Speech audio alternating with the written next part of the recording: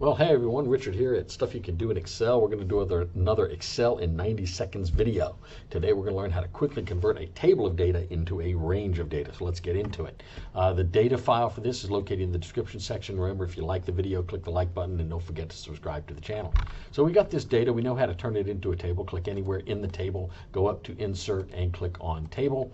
It's going to ask you if it has headers. You say yes, and now you've got a formal Excel table of data with all its functionality. You have drop-down filters. In addition, you can add columns and it automatically adds to the table and automatically extends any formulas you have. But what if you want to convert this back into a range of data? You don't want the table functionality anymore. You just want a range of data. How do you do that? Again, it's very simple. We're simply going to click anywhere within the table. It's going to give us a design tab at the top. We click on the design tab, go back to the left and click on convert to range. And when we do that, it's going to take this data, take all the table functionality out and just have it as a range of data there. Click on that.